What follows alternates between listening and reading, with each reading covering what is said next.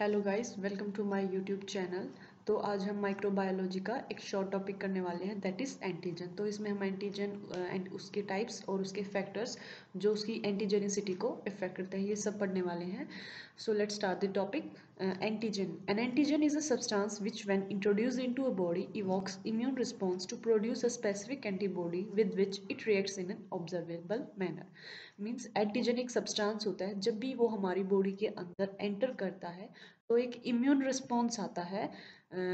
उसकी वजह से क्या है, एंटीबॉडीज प्रोड्यूस होती है हमारी बॉडी में, जिसकी to kill the antigen. Means antibody इसलिए प्रोड्यूस होती है ताकि हमारी बॉडी है क्या है, उस एंटीजन को किल कर सके।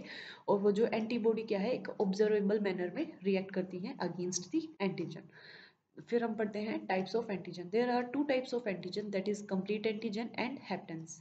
Complete antigen. These are substances which when induce antibody formation by themselves and can react specifically with these antibodies. Means ये वो substance होते हैं complete antigen जो हमारी बॉडी में एंटीबॉडी फॉर्मेशन करवाते हैं खुद से। मीन्स ये एंटर करेंगे हमारी बॉडी में और वो खुद ही क्या है, एंटीबॉडी फॉर्मेशन करवाते हैं और रिएक्ट करते हैं उन एंटीबॉडीज़ के साथ। मीन्स उनकी स्पेसिफिक एंटीबॉडीज़ होती हैं, उन्हीं के साथ क्या है वो रिएक्ट करेंगे। नेक्स्ट है haptens. These are substances which are unable to induce antibody formation on its own but can become immunogenic, capable of means which when covalently linked to proteins called carrier proteins. Haptens क्या होते हैं? ये वो substance होते हैं, means ये incomplete antigens होते हैं। ये complete antigen नहीं होते, incomplete antigen होते हैं। ये खुद से क्या है, एंटीबॉडी की फॉर्मेशन नहीं करवा पाते हैं, लेकिन ये इम्यूनोजेनिक तब हो पाते हैं। मीन्स एंटीबॉडी तभी प्रोड्यूस करवा पाते हैं जब ये एक कोवेलेंटली लिंक हो जाते हैं प्रोटीन्स के साथ। वो प्रोटीन्स होते हैं हमारे कैरियर प्रोटीन्स। मीन जब भी अगर ये कैरियर प्रोटीन्स के साथ लिंक होते हैं तभी ये एंटीबॉडी की फॉर्मेशन करवा पाएंगे, अदरवाइज ये एंटीबॉडी की फॉर्मेशन नहीं करवा पाएंगे। तो हम हेप्टेंस को इनकम्प्लीट एंटीजन भी कहते हैं।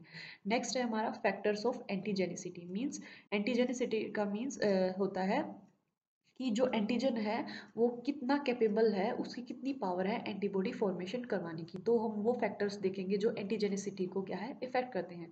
तो फर्स्ट हमारा फैक्टर आता है फॉरेननेस। इसमें हम पढ़ते हैं an antigen must be foreign to individuals that is non self to induce an immune response. Means जो एंटीजन होता है वो ह्यूमन बॉडी के लिए या फिर किसी भी ऑर्गेनिज्म के लिए क्या है, फॉरेन होना चाहिए। उसकी बॉडी से के रिलेटेड मीन्स नहीं होना चाहिए, नॉन सेल्फ होना चाहिए वो, ताकि इम्यून रिस्पॉन्स इंड्यूस हो सके। नेक्स्ट है हमारा साइज। तो साइज कैसे इफेक्ट करता है एंटीजन का? Larger molecules are highly antigenic where low molecular weight is either non antigenic or weakly antigenic. जो लार्जर मॉलिक्यूल्स होते हैं, मीन्स जो लार्जर एंटीजन जिनके लार्जर मॉलिक्यूल्स होते हैं वो हाईली एंटीजेनिक होंगे। वो क्या है, वेयर एज जो लो मॉलिक्यूलर वेट, जिन एंटीजन्स का लो मॉलिक्यूलर वेट होगा वो नॉन एंटीजेनिक हो गया, वीकली एंटीजेनिक। मीन्स वो कम ही एंटीबॉडीज की फॉर्मेशन करवा पाएंगे। नेक्स्ट है हमारा third, chemical nature. Proteins are more effective antigen than lipids and nucleic acid. Means protein ज़्यादा इफेक्टिव एंटीजन होते हैं लिपिड्स और न्यूक्लिक एसिड से ज़्यादा। नेक्स्ट हमारा species specificity. Tissues of all individual in a species possess species specific antigens.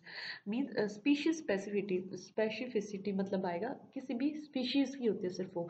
Means कोई भी species है उसके इंडिविजुअल्स के जो टिश्यू हैं उनके अंदर स्पेसिफिक एंटीजन होते हैं उन स्पीशीज के। मीन्स हर एक जो स्पीशीज होती है उसके एक स्पेसिफिक एंटीजन होते हैं, हर एक स्पीशीज के उसके स्पेसिफिक एंटीजन होते हैं। नेक्स्ट है हमारा आइसोस्पेसिफिसिटी।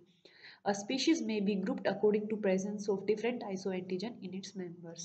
Isospecificity में हम क्या पढ़ते हैं, कि कोई भी स्पीशीज है हम उसको ग्रुप करते हैं कि उसके अंदर उसके मेंबर्स के अंदर आइसो एंटीजन प्रेजेंट है। Means different isoantigen present होंगे एक स्पीशीज के अंदर। आइसो एंटीजन क्या होते हैं, हम बोल सकते हैं an antigen derived from one member of species that can cause the production of antibodies in some other members of the same species. इसका आइसो एंटीजन का मतलब होता है कोई भी एंटीजन, वो किसी भी स्पीशीज का कोई एंटीजन है वो उसकी स्पीशीज के दूसरे मेंबर्स के अंदर एंटीजन्स की क्या है, प्रोडक्शन करवाता है।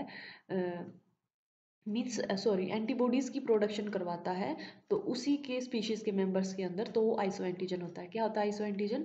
कि कोई भी स्पीशीज़ के अंदर एंटीजन है उसका, तो वो उसी के मेंबर्स के अंदर एंटीबॉडी की फॉर्मेशन करवाता है ना, तो वो क्या है आइसो एंटीजन।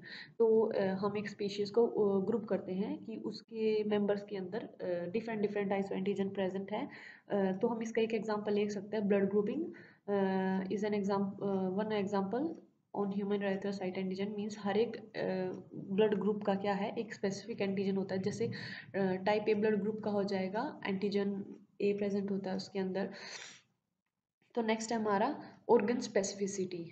अब मीन्स हर एक स्पेसिफिक ऑर्गन का उसका एंटीजन होगा specific. Organ specific antigen are confined to a particular organs. Means किसी भी ऑर्गन्स का स्पेसिफिक एंटीजन होता है और उसी पर्टिकुलर ऑर्गन का ही होता है वो एंटीजन।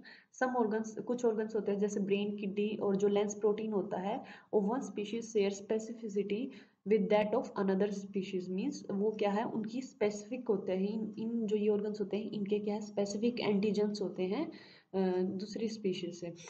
नेक्स्ट है हमारा हेट्रोफाइल स्पेसिफिसिटी। हम हेट्रोफाइल स्पेसिफिसिटी में पढ़ेंगे द सेम और closely related antigens present in different tissue of more than one species are known as heterophile antigen.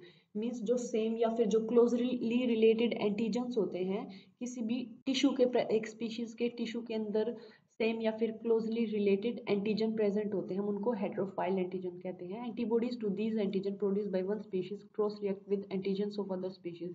Means जो एंटीबॉडीज होंगी इनके एंटीजन को प्रोड्यूस करेंगी कुछ स्पीशीज के अंदर, क्रॉस रिएक्ट कर जाएंगे जो सेम स्पीशीज के एंटीजन्स हो गए ना। मीन्स किसी भी एंटीजन की स्पेसिफिक एंटीबॉडी है तो वो उनसे जो क्लोजली रिलेटेड होंगे ना उनके साथ भी रिएक्ट कर जाएंगी वो एंटीबॉडी। तो हम इसका एक एग्जांपल ले सकते हैं, जो रोमेटिक फीवर की एंटी में जो एंटीबॉडीज होती हैं स्ट्रेप्टोकोकल, ग्रुप स्ट्रेप्टोकोकल के अगेंस्ट क्या है, वो किसको इफेक्ट करती है, जो ह्यूमन हार्ट टिश्यू होती है उनके साथ जो एंटीबॉडीज है वो रिएक्ट कर जाती है।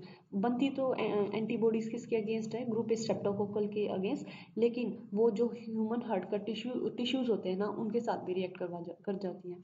तो हेट्रोफाइल स्पेसिफिसिटी में यही पढ़ेंगे कि जो क्लोजली रिलेटेड या फिर सेम एंटीजन प्रेजेंट होते हैं किसी भी टिश्यू के अंदर, वो क्या है एक से ज़्यादा स्पीशीज़ के साथ, मीन्स उसके जो एंटीबॉडीज़ होंगे ना दूसरे स्पीशीज़ के साथ भी क्या है, दूसरी स्पीशीज़ के एंटीजन होंगे जिनके साथ क्लोजली रिलेटेड होंगे उनके साथ भी रिएक्ट कर जाएंगे। So that's all about our today's topic. I hope आप सबको समझ आया होगा। Thank you for watching my video. Please like share and subscribe my channel. Thank you.